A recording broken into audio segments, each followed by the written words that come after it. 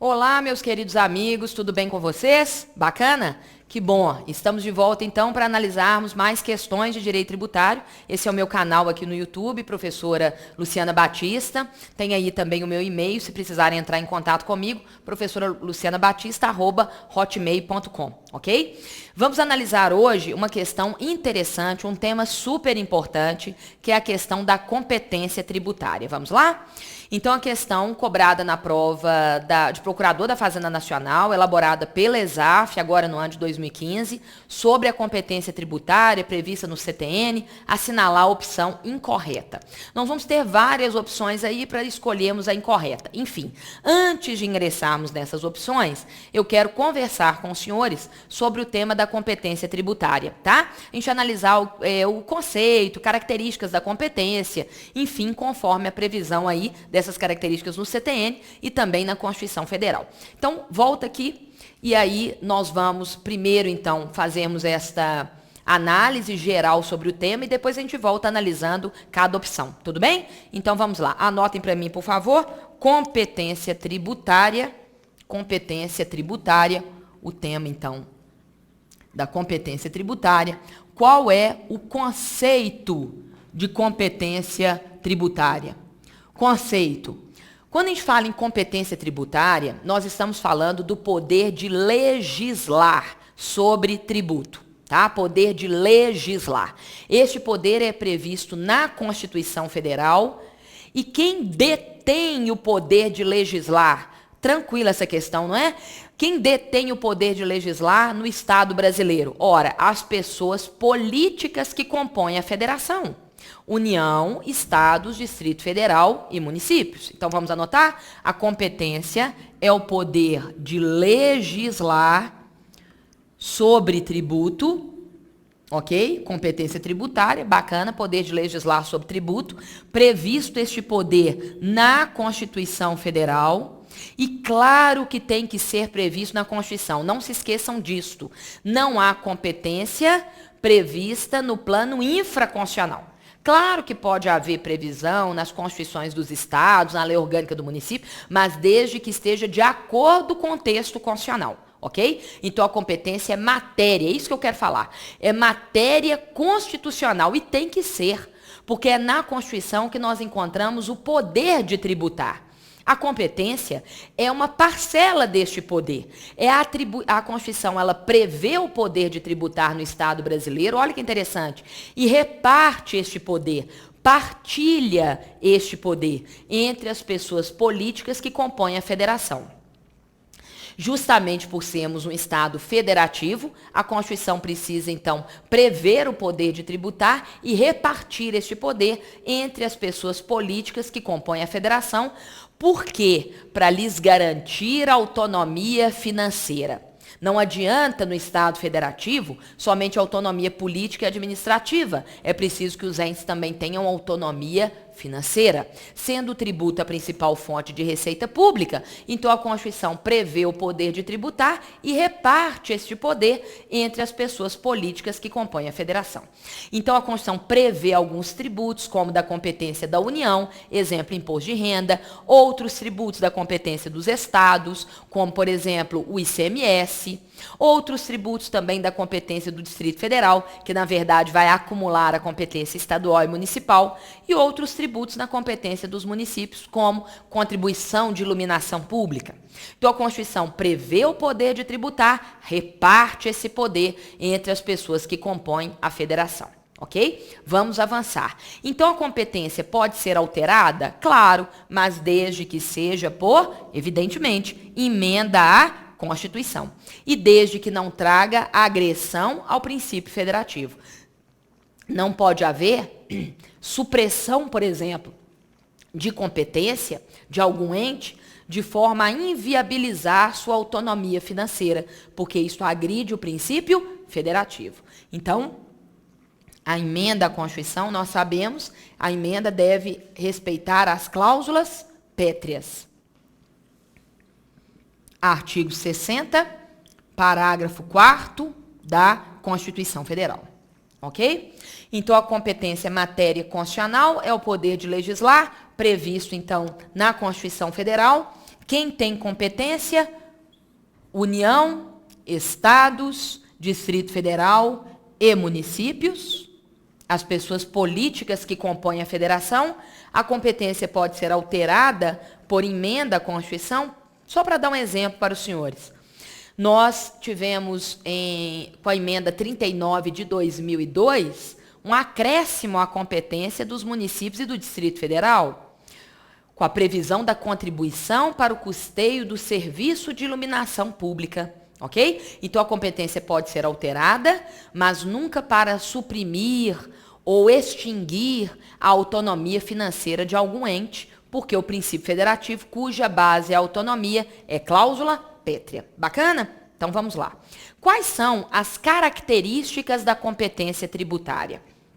A competência é matéria constitucional, não é isso que nós vimos? Então, aquele ente, União, Estado, DF, município, que recebeu a competência do texto constitucional, olha que interessante, ele não pode delegar, ele não pode transferir esta competência para outro ente.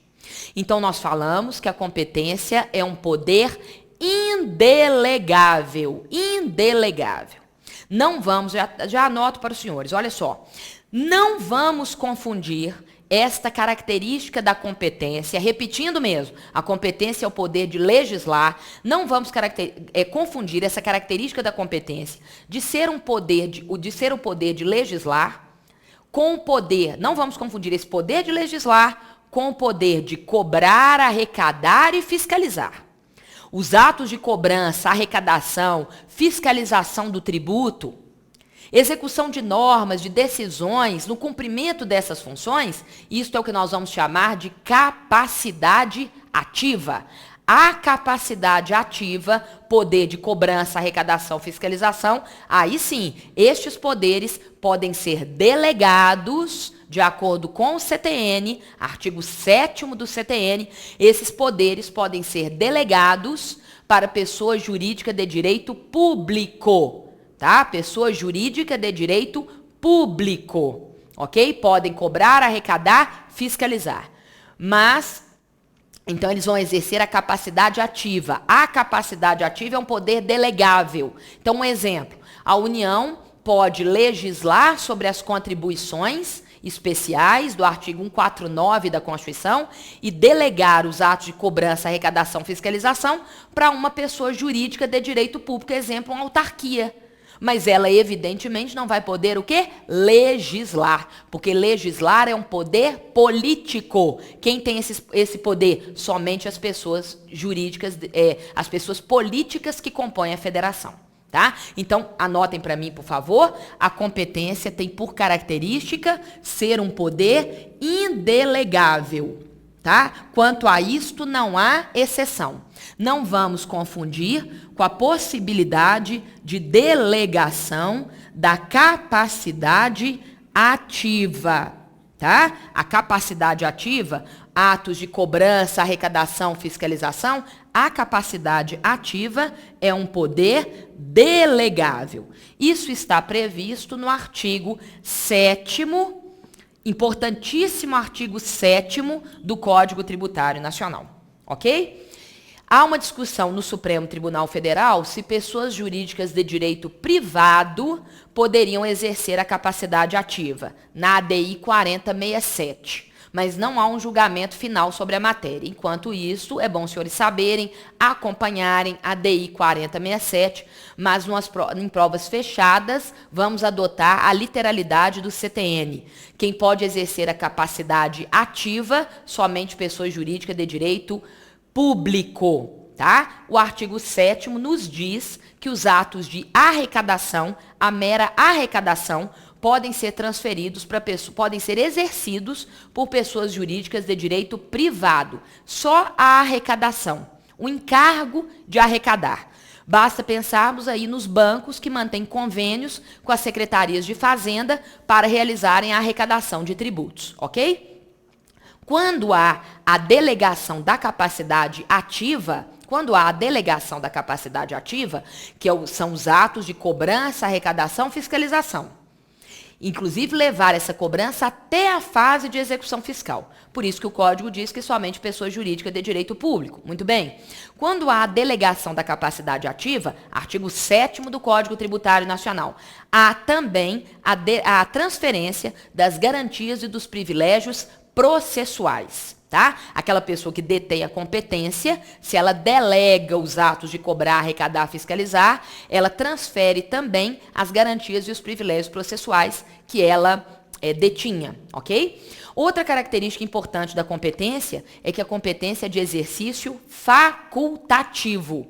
O ente que recebeu competência da Constituição não é obrigado a legislar. Basta os senhores pensarem no imposto sobre grandes fortunas, que é de competência da União, artigo 153 da Constituição, e até hoje a União não exerceu sua competência.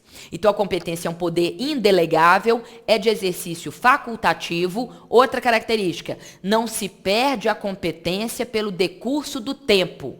Então, a competência é incaducável. Não há prazo para o exercício da competência. Outra característica importante, a competência ela é irrenunciável. Aquele ente que recebeu a competência do texto constitucional, ele não pode renunciar à competência recebida. Ele pode não exercer, porque o exercício é facultativo, mas ele não pode renunciar. O não exercício não significa renúncia tácita. E fechando, uma característica importante que é a seguinte: a Constituição Federal, nós sabemos, na parte de repartição de receita tributária, que o texto constitucional muitas vezes prevê que um tributo é da competência de um ente, aquele ente pode legislar sobre esse tributo, mas a receita, a arrecadação, vai ser partilhada, vai ser repartida com outro ente. Por exemplo, o IPVA, Imposto sobre a Propriedade de Veículos Automotores, é da competência dos estados e do Distrito Federal. Sabemos disso. Mas a Constituição determina, lá no artigo 158, que 50% da receita do IPVA vai ser repassada para o município. Bacana? Então, o município vai participar da receita do IPVA. Atenção agora, hein? Se o ente competente para o tributo, aquele que tem o poder de legislar, não exercer esta competência, este não exercício não transfere esta competência, que é o poder de legislar, para outra pessoa jurídica de direito público, porque a competência é indelegável, ela é intransferível, não se transfere nem mesmo para aquele que teria direito a participar da arrecadação. Ok? Então, gostaria que os senhores lessem com muita atenção os artigos 6º, 7º e 8º do Código Tributário Nacional, tá? Onde nós vamos encontrar estas noções sobre a competência, que é matéria constitucional. Os senhores estudam a competência de cada ente diretamente na Constituição. Tá? E muitas dessas características faladas aqui estão expressas no artigos 6º, 7º e 8º do CTN. Podemos avançar? Maravilha? Vamos voltar à questão então e analisarmos cada alternativa para verificarmos se ela está correta ou falsa. Então vamos lá. Sobre a competência tributária, então, prevista no CTN, assinale a opção incorreta. Os tributos cuja receita seja distribuída no todo ou em parte a outras pessoas jurídicas de direito público pertence à competência legislativa daquela a que tenham sido atribuídos. Esta alternativa está o quê? Verdadeira, né? É aquilo que eu disse. Se a Constituição prevê um tributo como da competência do Estado, IPVA, que eu citei como exemplo, e manda que o Estado reparta a receita com o município, isto não retira a competência do Estado, ok? A competência, que é o poder de legislar, continua pertencendo ao Estado, que foi aquela pessoa política que recebeu esse poder diretamente da Constituição. Vamos avançar? Vamos lá. Letra B. A competência tributária, salvo exceções, é indelegável, podendo a atribuição das funções de arrecadar ou fiscalizar tributos, ou de executar leis, serviços, atos ou decisões administrativas em matéria tributária, ser conferida de uma pessoa jurídica de direito público a outra. Qual é o único erro desta assertiva? o início, a competência tributária, leiam comigo novamente, a competência tributária, salvo exceções, é indelegável. Essa parte que está incorreta, porque a competência tributária é sempre indelegável, não há exceções, tá? Essa parte final aí da atribuição das funções, de cobrar, arrecadar, fiscalizar, poder ser conferida de uma pessoa jurídica de direito público a outra, está correta, que é a mera transferência da capacidade ativa. Então, incorreta já é a nossa letra B, B de bola, mas vamos avançar. A atribuição da função de arrecadar ou fiscalizar tributos, conferida por uma pessoa jurídica de direito público a outra, pode ser revogada a qualquer tempo e unilateralmente pela pessoa que a tenha conferido. Perfeito. Se a competência ela é indelegável, a pessoa jurídica de direito público pode delegar somente a função de arrecadar ou fiscalizar, ela pode delegar, então, a capacidade ativa e também pode revogar quando ela quiser. Está no artigo 7º do Código Tributário Nacional.